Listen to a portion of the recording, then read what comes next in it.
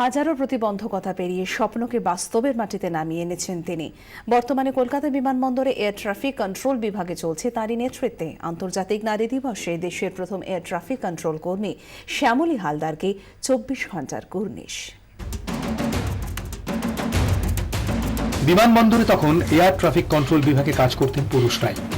1990-এ প্রথম মহিলা হিসেবে এটিসিতে যোগ দিলেন শ্যামলী হালদার। প্রথমে এলাহাবাদ, এরপর রাঁচি, নাগপুর হয়ে 2012 থেকে কলকাতা বিমানবন্দরে। এখন জয়েন্ট জেনারেল ম্যানেজারের দায়িত্ব সামলাচ্ছেন শ্যামলী হালদার। তাঁরই নেতৃত্বে চলছে কলকাতা বিমানবন্দরের এয়ার ট্রাফিক কন্ট্রোল বিভাগ।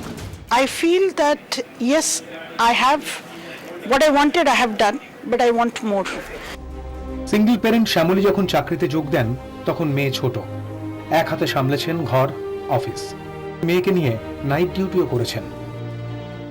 ফার্স্ট টাইম যখন আমি নাইট ডিউটিতে এসেছি আমার মনে অনেক ভয় ছিল। When I was posted in Agartala, I had a 1.5 month baby and I was second in charge there.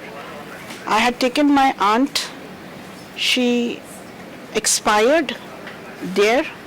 I had the dead body with me and a 1.5 month baby with the ATC looking after for 24 hours. জেদের কাছে হার মেনেছে প্রতিবন্ধকতা, হাজারো সমস্যাকে দূরে ঠেলে দিয়েছে স্বপ্ন দেখার সাহস। আন্তর্জাতিক নারী দিবস উপলক্ষে বুধবার দুপুর 12টা থেকে 1টা পর্যন্ত পূর্ব ভারতের আকাশের নিয়ন্ত্রণ ছিল মহিলাদের হাতে, যার সামনের সারিতে ছিলেন Shyamoli Haldar. I wish all my lady friends a very, very happy Women's Day, and please do not compare with men because you and we are the best.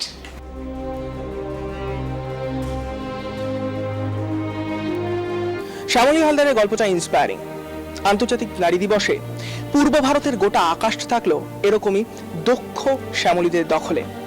ক্যামেরায় সুমিতের সঙ্গে ঋত্বিক মণ্ডল, 24 ঘন্টা, কলকাতা।